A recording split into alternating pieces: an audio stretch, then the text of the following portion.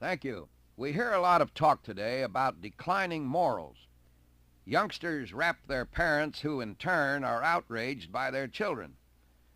Matter of fact, the rallying cry of the times, among grown-ups anyway, seems to be, what did we do wrong? And it's a good question. If you're concerned about the chipping away of values, the immorality in the world, what do? You begin with yourself. Try something right now. Take a moral inventory of yourself. Take your job, for example. You probably wouldn't dream of stealing merchandise. But do you ever steal time? Do you come in late, leave early, stretch out coffee breaks, prolong conversations in the restroom? You probably wouldn't dream of stealing money either. But do you overpad an expense account? What ethically is the difference? Call yourself on the carpet. Answer yes or no. Forget all those convenient weak-kneed rationalizations such as, well, everybody does it. Get these little grains of sand out of your moral gears. What about your marriage? Are there areas in your life, or even in your thoughts, when you deceive your marriage partner? What about your children? Do you always deal in the truth with them? You'd be surprised what your children remember.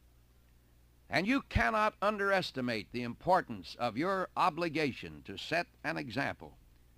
I'll return after this word.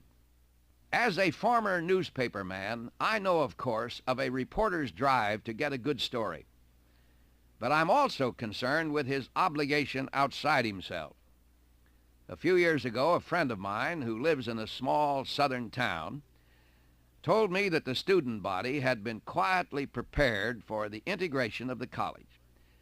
But on the day the first Negro students were to enroll, a group of reporters and television cameramen appeared.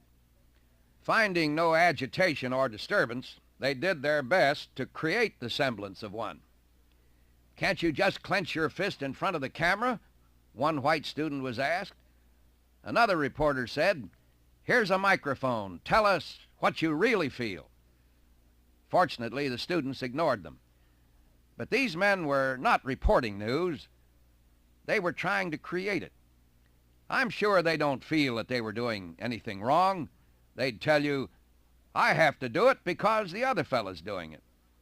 No different than the fellow who cheats on his income tax. See what I mean? How a little act of distortion in theory becomes a fundamental act of dishonesty in practice. It might be that when our youth question the way things are done in the adult world, the fault, dear Brutus, as the man said during another period of moral upheaval, the fault is in ourselves.